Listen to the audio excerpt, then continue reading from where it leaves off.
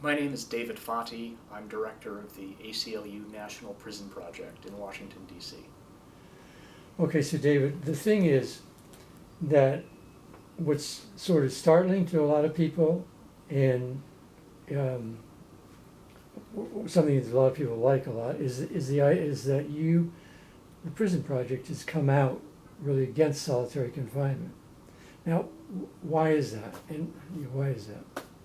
Well, in this country, we've really had over the last several decades a fundamental change in the way that solitary confinement is used in American prisons. Formerly, it was used as relatively short-term punishment for discrete acts of misconduct. You'd get 15 days in the hole, maybe 30 days in the hole for getting into a fight, for stealing food, something of that nature.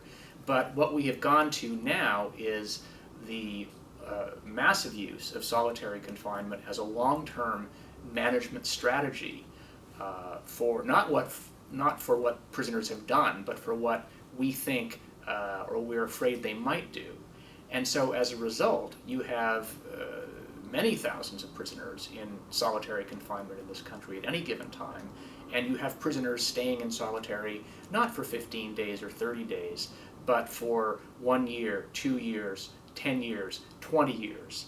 And we think that reversing this very negative trend is a top priority in American prison reform, and so we have made it a top priority of the National Prison Project. So what are you going to do? We are fighting on many fronts. We began this campaign by convening really a brain trust of lawyers, litigators, psychiatrists, former corrections officials. We all met here in Washington November of last year to sketch out the outlines of this campaign. We are working to support progressive legislation in a number of states that would place some limits on the use of long-term solitary confinement. We are working with allies in the faith community and elsewhere to generally raise the public profile of the issue and to educate the public and let it be known that this problem exists and something needs to be done about it. And we are preparing for litigation. We're actively investigating in a number of states where the solitary confinement practices are particularly inhuman and where the practice is particularly overused, and we expect to be bringing litigation in the coming months to reform the use of solitary confinement. Okay, so what kind of litigation? I mean, can you give me an example? What you're talking about exactly? Well, we have done some of this in the past, and the Eighth Amendment to the Constitution prohibits cruel and unusual punishment, and that is the legal hook of most of the litigation we do. And when we have challenged solitary confinement in supermax facilities in the past, we've been very successful at getting courts to order the exclusion of vulnerable populations, most notably the seriously mentally ill.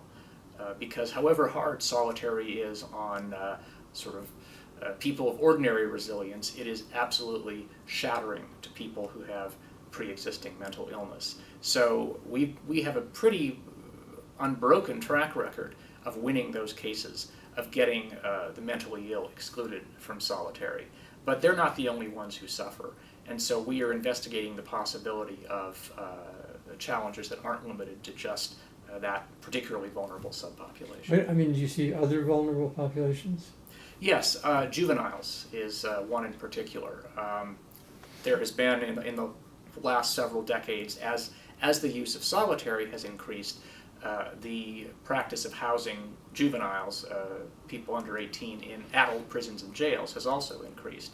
And many of those juveniles are held in solitary confinement, either as a result of their behavior or something that prison officials are afraid they'll do, or in some cases for their own protection, to keep them separate from older prisoners. Unfortunately, even when it's well-intentioned and meant for the young person's protection, the effects can be every bit as damaging. And based on research about the development of the adolescent brain, there's reason to believe that solitary confinement and the attendant enforced idleness and lack of stimulation may be even more damaging to juveniles than it is to adults. So this is another vulnerable population that we're going to be looking at very closely in solitary